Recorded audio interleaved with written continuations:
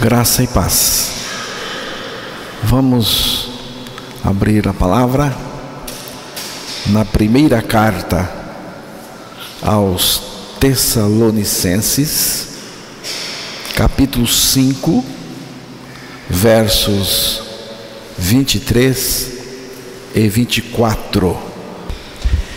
E o mesmo Deus de paz vos santifique em tudo, e todo o vosso espírito e alma e corpo sejam plenamente conservados irrepreensíveis para a vinda de nosso Senhor Jesus Cristo.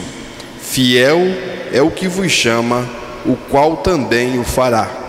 Que Deus revele sua palavra aos nossos corações nesta manhã, em nome de Jesus.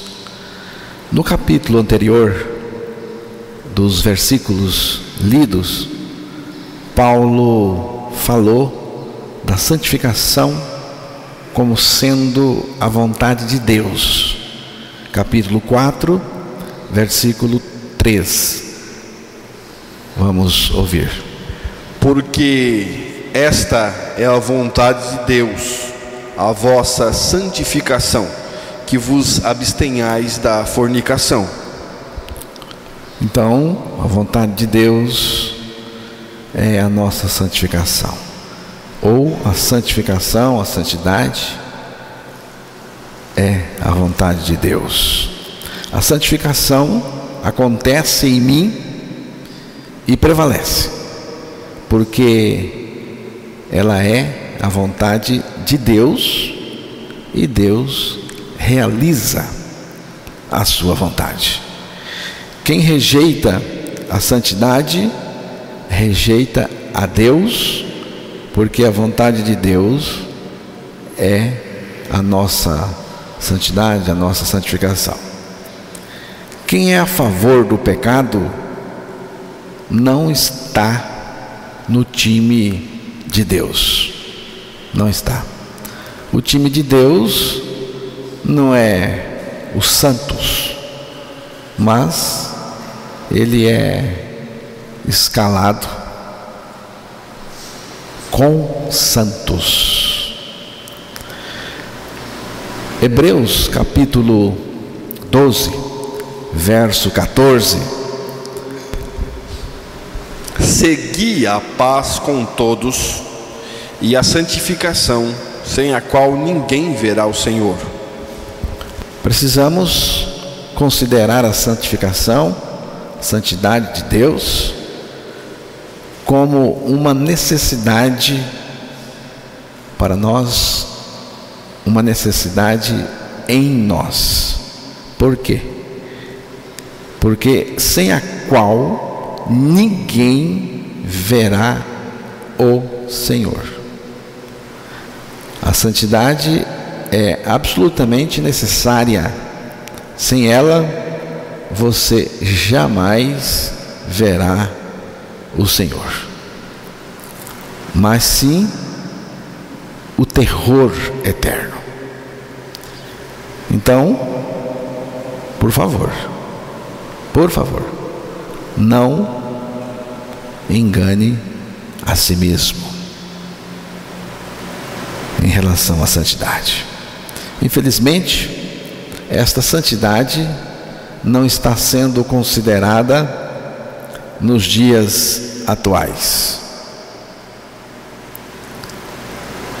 Irmãos, não é absolutamente necessário que você seja importante ou rico neste mundo, mas é absolutamente necessário que você seja santo. Não é absolutamente necessário que você tenha saúde. Não é. Força, amigos, liberdade política e democrática. Não é. Mas é absolutamente necessário que você seja santo. Qualquer um poderá ver o Senhor sem que tenha riquezas, prosperidade terrena, importância social, mas jamais verá o Senhor, a menos que seja santo. Ninguém poderá ser santo sem ter sido separado do pecado pela nossa morte em Cristo e feito participante da vida de Cristo, participante de Cristo. A pessoa de Cristo em nós já é a santidade, já é o estado santo, o estado de santidade. 1 Tessalonicenses capítulo 1, verso 1. Paulo e Silvano e Timóteo, a igreja dos Tessalonicenses em Deus, o Pai, e nosso Senhor Jesus Cristo. Graça e paz tenhais de Deus, nosso Pai, e do Senhor Jesus Cristo. Paulo e seus companheiros identificaram a igreja em Deus, nosso Pai, e nele, no Senhor Jesus Cristo. Então vejam, a igreja que é formada por pessoas regeneradas. Essas pessoas regeneradas em Cristo já é a igreja. Então a igreja está em Deus, a igreja está em Cristo, porque Paulo identificou a igreja em Deus e no Senhor Jesus. No quer dizer nele, em Cristo. Então, o conceito de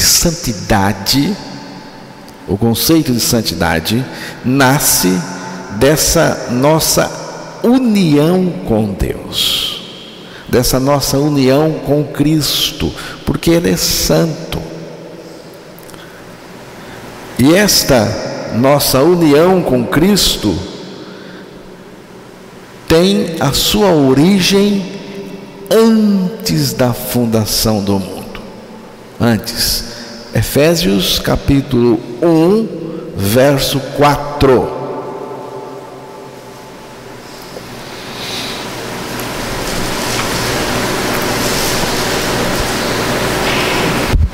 Como também nos elegeu nele antes da fundação do mundo, para que fôssemos santos e irrepreensíveis diante dele em amor. Nos elegeu nele. Então aqui nele é em. Nele aqui é Cristo. Em Cristo. Nos elegeu nele antes da fundação do mundo.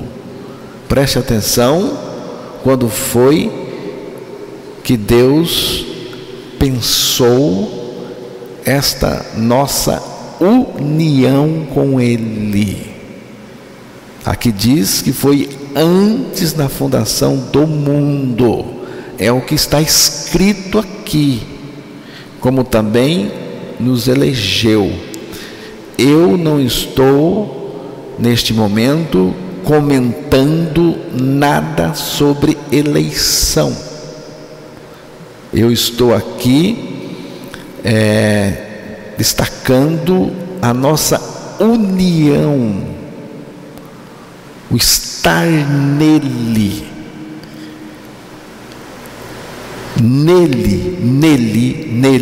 antes da fundação do mundo, para que fôssemos santos. Prestem atenção, irmãos, que a santidade surge dessa nossa união com Ele, conforme está aqui no texto. Nele, antes da fundação do mundo, para que fôssemos santos. Mas o homem só veio experimentar esta união com Deus a partir da regeneração em Cristo. Na criação, tivemos vida com Deus, mas não em Deus. Em Deus, em Cristo, era o alvo da criação. O sentido de vida, irmãos, na criação era de comunhão. Gênesis 3, verso 8.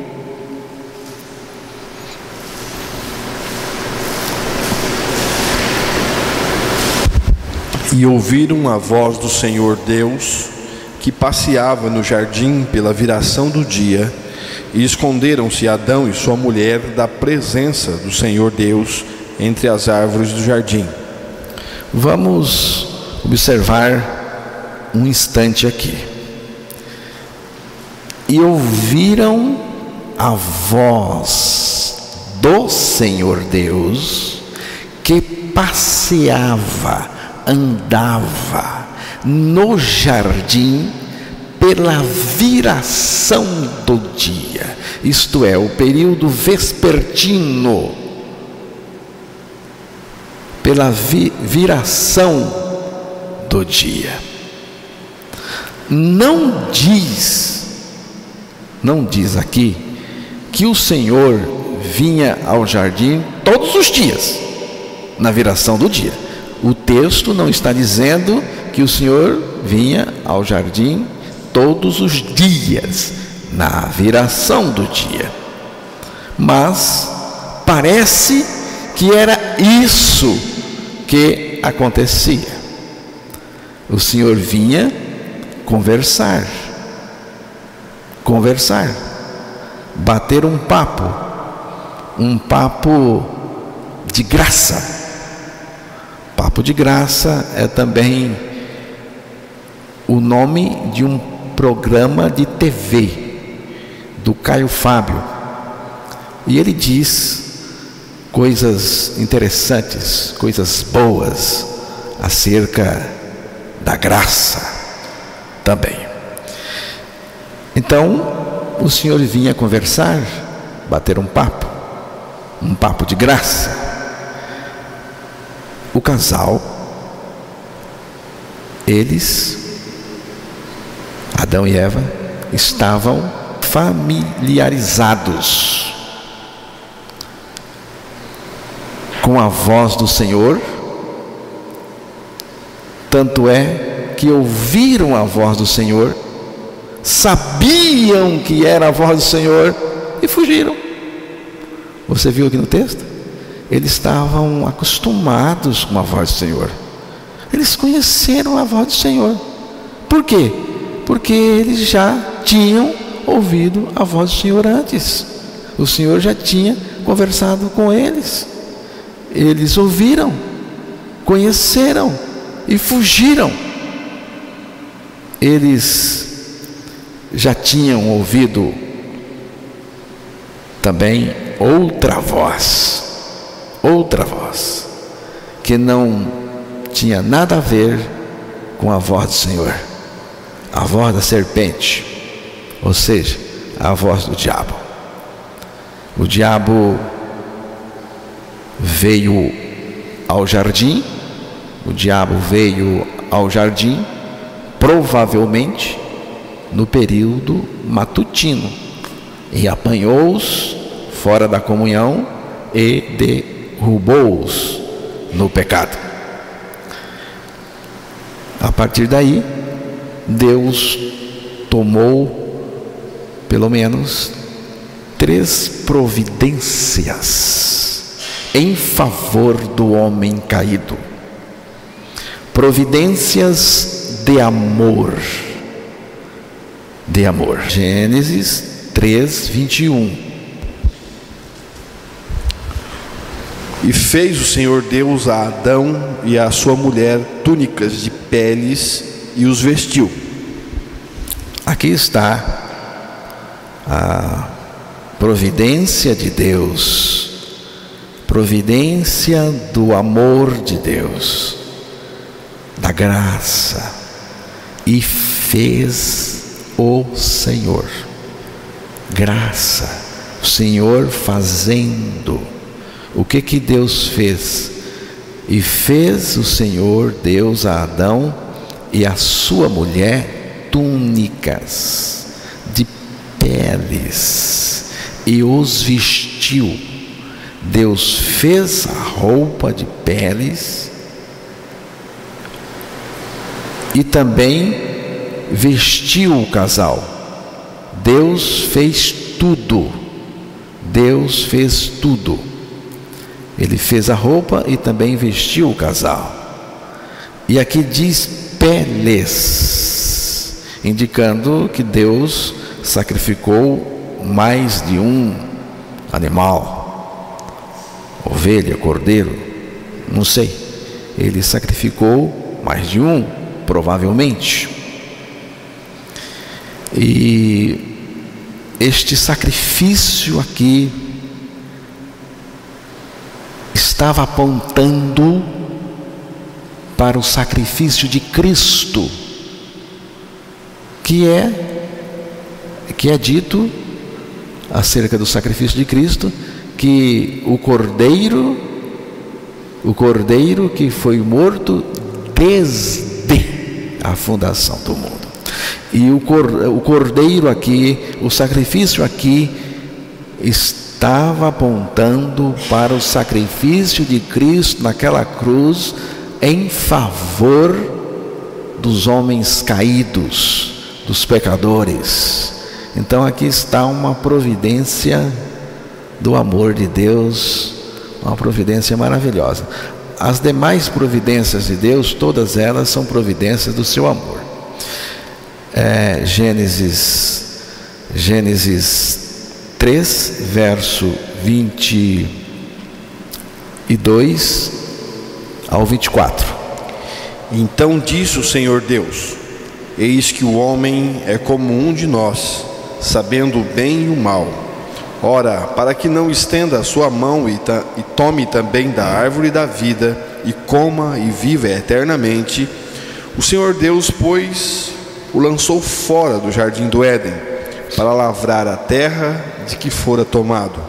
E havendo lançado fora o homem, pôs querubins ao oriente do jardim do Éden, e uma espada inflamada que andava ao redor, para guardar o caminho da árvore da vida. Expulsou o homem do jardim do Éden. Aqui está uma providência de Deus, aparentemente drástica, mas é uma providência do amor de Deus, e com certeza visava também o benefício do homem, o bem do homem, né? E Deus então expulsou o homem do jardim do Éden e fez com que cultivasse a terra da qual havia sido formado. E em seguida Deus toma outra providência também de amor. Diz aqui que e pôs do lado leste do jardim anjos e uma espada de fogo que dava voltas em todas as direções. Por quê? Ou para quê?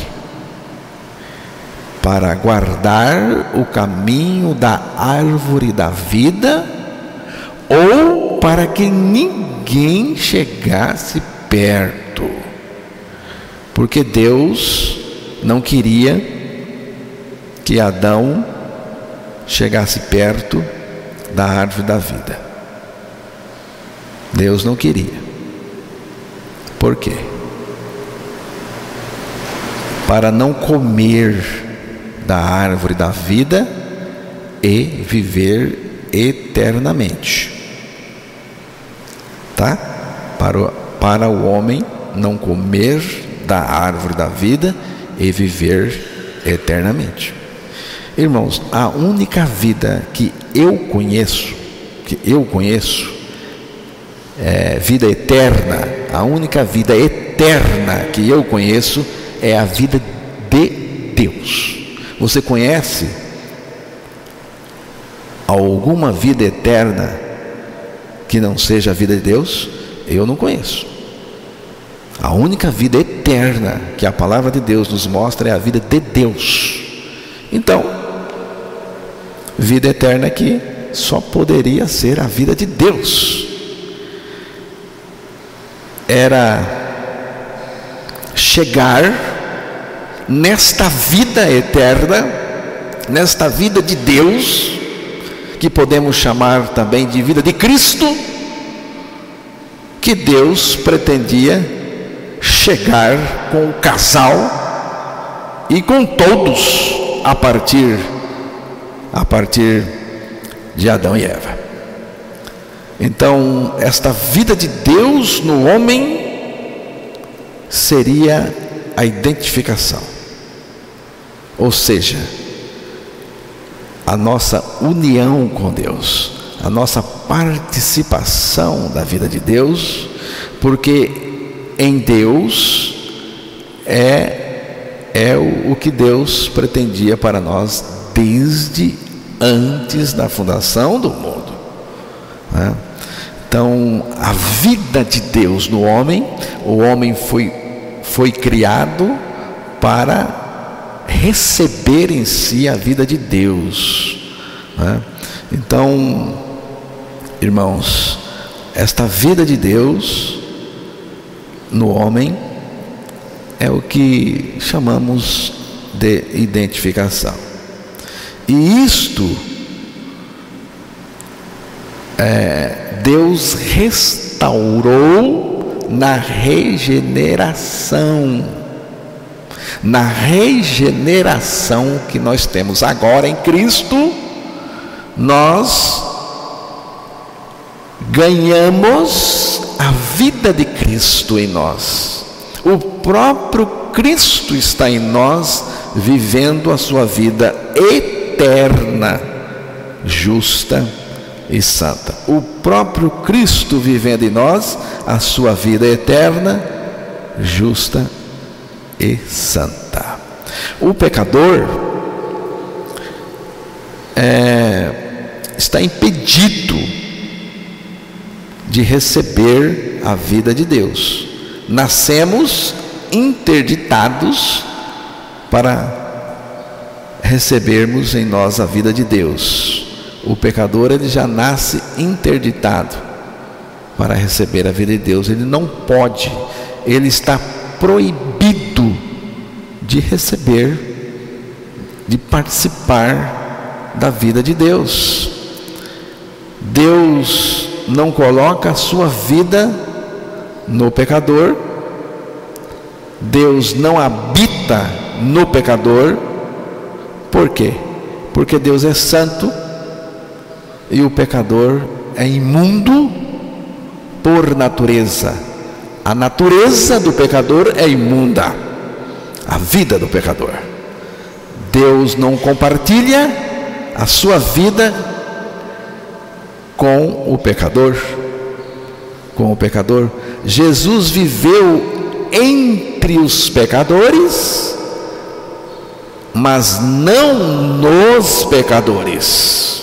Jesus viveu com os pecadores, mas não como pecador, porque é assim que diz a palavra em Hebreus capítulo 7, verso 26.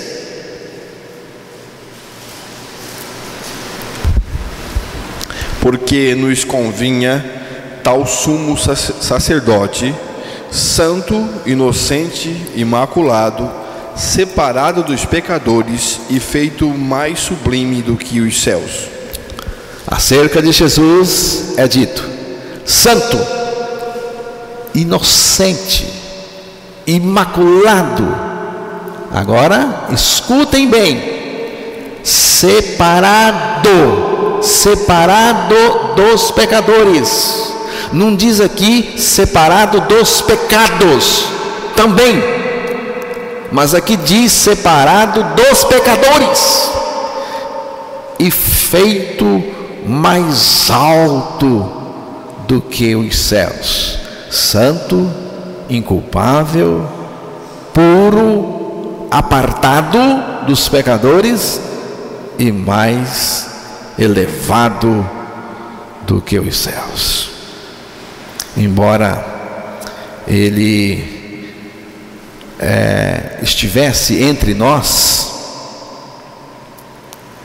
estava tão distante de nós, irmãos. Pedro reconheceu isso ao dizer veementemente para Jesus. Pedro reconheceu ao dizer isso a Jesus: Senhor, afaste-se de mim, pois eu sou um pecador. Lucas 5, verso 8. Os demônios também reconheceram: que tem nós contigo? Estamos separados, Senhor. Somos demônios pecadores, imundos. O Senhor é santo.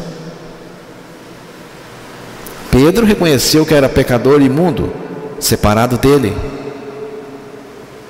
Os demônios reconheceram: que temos nós contigo? Não temos nada a ver, Senhor.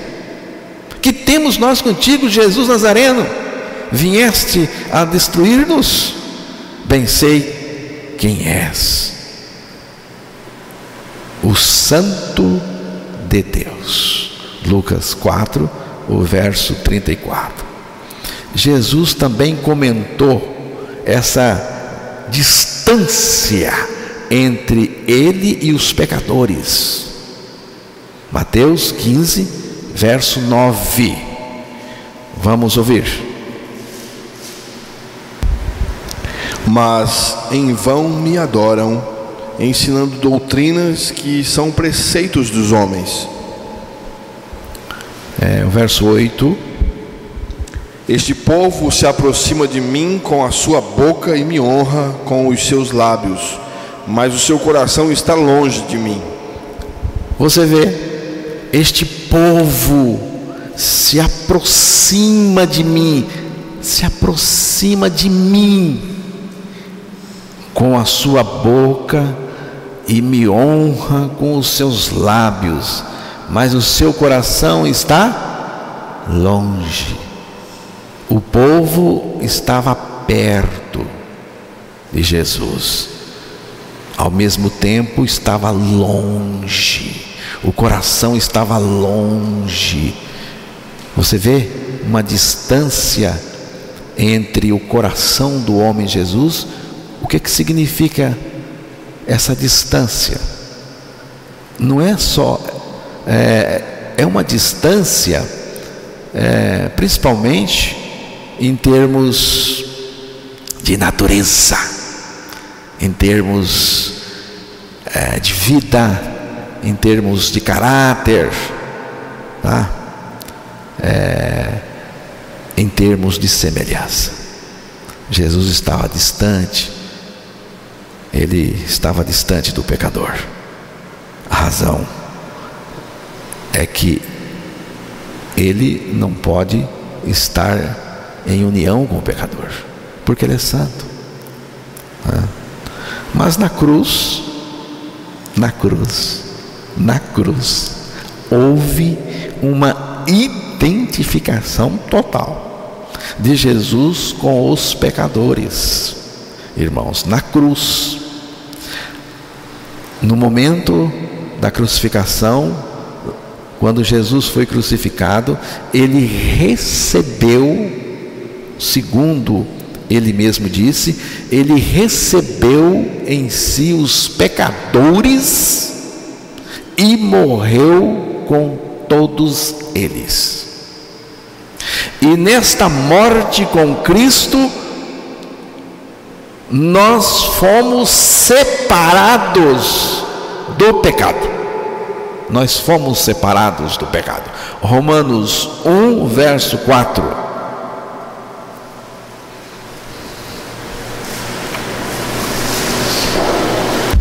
Declarado Filho de Deus em poder, segundo o Espírito de santificação, pela ressurreição dos mortos, Jesus Cristo nosso Senhor.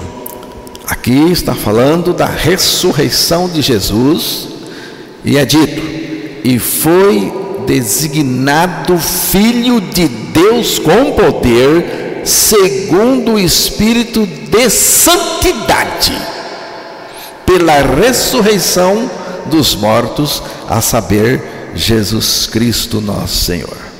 Deus nos chamou e nos deu também o seu Espírito Santo, Espírito de santidade, para fazer em nós o mesmo que Ele fez em Jesus quando o ressuscitou.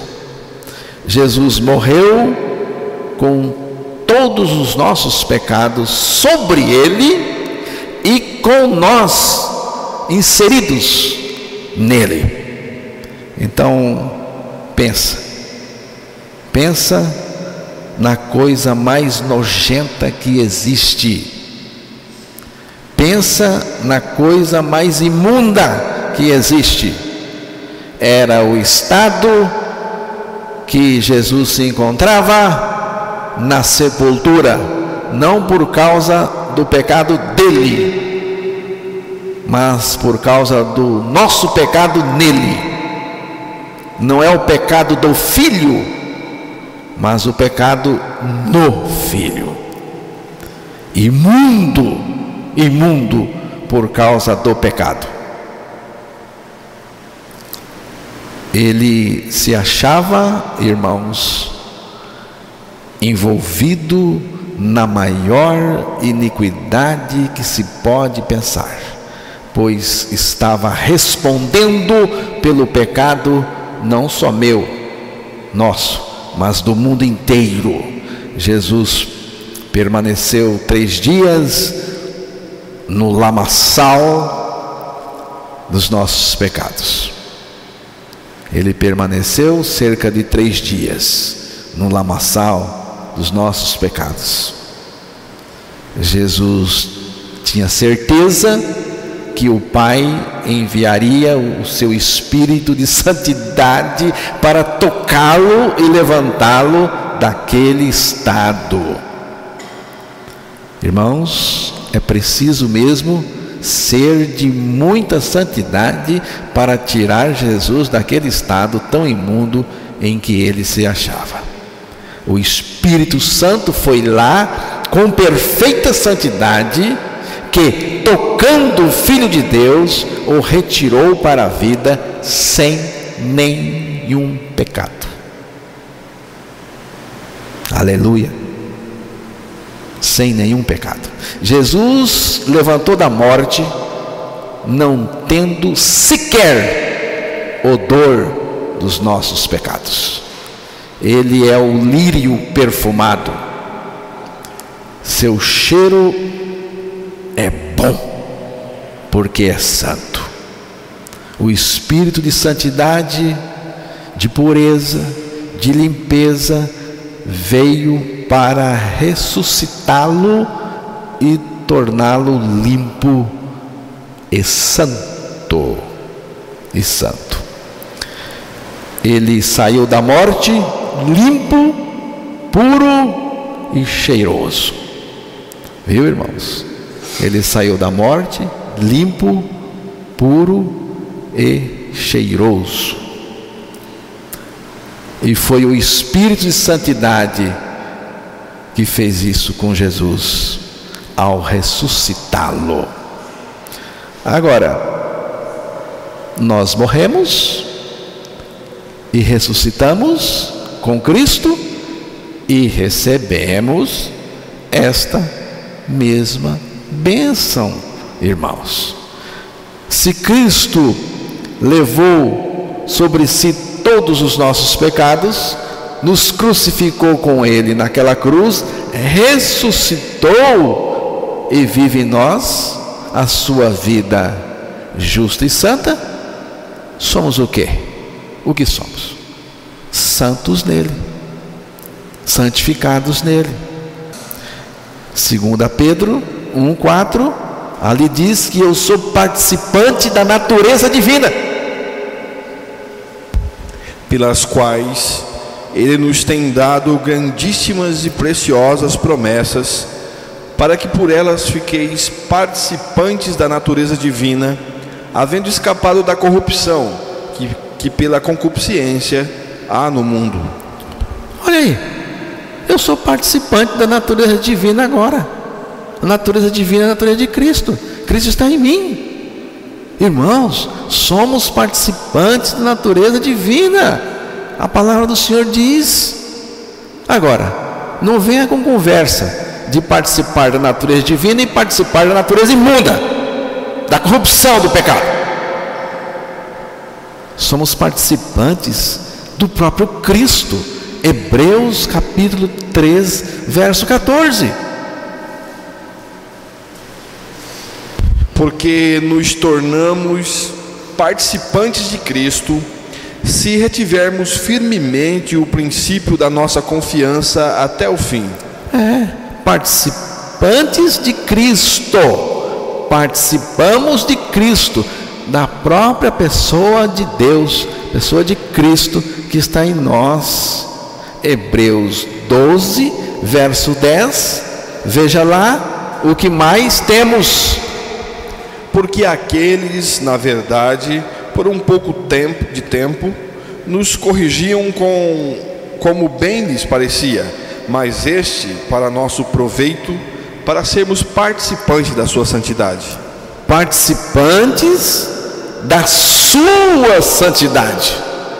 Não é a nossa santidade, é a santidade de Cristo. Irmãos, participamos da santidade de Cristo, porque Cristo está em nós e Ele é santo, e dele emana a santidade. Então, no texto que foi lido no início da meditação, estamos fazendo, ali foi dito o seguinte: o mesmo Deus de paz vos santifique em tudo, e o vosso espírito, alma e corpo sejam conservados íntegros e irrepreensíveis na vinda de nosso Senhor Jesus Cristo. Fisicamente não dá para conservar o corpo íntegro, porque nós estamos nos decompondo. Nós vamos acabar no pó da terra. Só que nós somos conservados íntegros no caráter, na santidade de Deus que opera no nosso corpo, irmãos. A expressão Deus da paz dá a entender que enquanto não estivermos reconciliados com Deus, não iremos conhecer a santificação de Deus em nós, tá? Porque o Deus da paz dá a entender que enquanto você não estiver reconciliado com o Deus da paz, você não pode reconhecer, ou melhor, conhecer a santidade de Deus em você. O Deus da paz. Quem é o Deus da paz? Quem é o Deus da paz? O Deus da paz aqui é Jesus Cristo. Cristo reuniu todos os pecadores em si na cruz, para que todos morressem nele, como pecadores, inimigos de Deus, e ressuscitassem em Cristo, como novas criaturas portadoras da sua vida justa e santa. Estou crucificado com Cristo e desse modo já não sou eu quem vive, mas Cristo vive em mim. Gálatas 2:20. Então, se é assim, se eu estou crucificado com Cristo, eu não vivo mais. Cristo está em mim e Cristo vive em mim. Então, irmãos, eu posso confiar nele para a minha santificação. Por quê? Porque a palavra do Senhor nos disse que o mesmo Deus da paz, que é Jesus, que morreu, nos fez morrer e agora vive em nós. Aqui está dizendo: o mesmo Deus da paz vos santifique em tudo. Ele está fazendo tudo. Eu reconheço pelo menos 3 aspectos da santificação do Deus da paz. Primeiro aspecto: santificação é prerrogativa divina. O mesmo Deus da paz vos santifica em tudo. Você observou? É Deus fazendo. Santificação é uma obra de Cristo em nós. Ele é que está fazendo, não é? Então, santidade resulta da atuação divina em nós. Não é nem a atuação divina por nós, fora de nós, é a atuação divina em nós. É Jesus vivendo em nós, manifestando a sua vida, tomando conta de tudo. A santificação não é algo que o homem possa produzir por empenho próprio, nem obter através de práticas religiosas, nem com esforços pessoais. Santidade não é um melhoramento que o homem elabora, tá? Eu não estou melhorando. Eu não estou melhorando. Eu estou crucificado com Cristo. E Cristo em mim é toda a evolução da santidade de Deus, dele em mim e através de mim.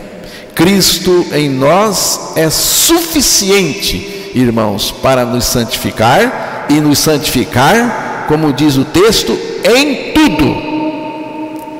A vida de Cristo é infinita. Por isso, experimentamos mais desta vida a cada instante. A vida de Cristo é infinita, então eu experimento mais da vida de Cristo a cada instante. Santificação é mais da vida de Cristo a cada instante. Santificação é mais de Cristo em mim. Segundo aspecto: a santidade não é misturada com o pecado. Não é misturada com o pecado. O significado básico de santificar é separar. Santificação requer um rompimento radical com o pecado. O santificar do Senhor começa com a salvação do pecado. Viu, irmãos? Quando é que começa o santificar do Senhor em mim? Começa com a salvação do pecado. Deus nos salva do pecado, nunca em pecado. Crer, eu penso assim, crer numa salvação em pecado é crer num Deus relaxado, ceboso, nojento e repugnante. Terceiro, santificar não é apenas separação do pecado, mas é separar do pecado para ser de Deus. É ser separado do pecado para que Ele, irmãos, para que Jesus nos possua. para que Cristo nos possua e também viva em nós. Passamos a ser propriedade particular de Deus. Cristo nos separou do pecado para viver em nós. Cristo morreu e ressuscitou para viver naqueles que com Ele morreram e ressuscitaram. Cristo em mim é o sentido mais profundo da santificação e da santidade. Cristo em mim é o sentido mais profundo da santidade, da santificação. A vida de Cristo é suficiente para nos guardar do pecado neste mundo corrompido pelo pecado. Ela é suficiente. Cada dia, a vida de Cristo se responsabiliza em nos guardar do pecado e nos conduzir em santidade. Fiel é o que vos chama, o qual também o fará. No versículo 23 ele está falando que o Deus da paz santifica, Ele faz tudo, não é? Ele salva, Ele santifica, e agora diz que Ele é fiel. Fiel é o que vos chama, o qual também o fará. Você vê? Ele fará. Ele fará. Eu creio no que está dito aqui. E o que está dito aqui é que Ele fará. Você pode então ter certeza da sua salvação, da sua santificação e da sua preservação fora do pecado até o fim. Viu? Você pode ter a certeza, irmão. Você pode ter a certeza da sua salvação, a certeza da sua santificação, a certeza da sua preservação fora do pecado até o fim, porque quem garante é Jesus, quem está fazendo é Jesus. A nossa salvação e santificação depende daquele que nos chamou para ser dele. Cristo nos santifica em tudo e nos conserva santos e livres de todo pecado até aquele dia quando o nosso Senhor Jesus voltar para nos buscar. Creia,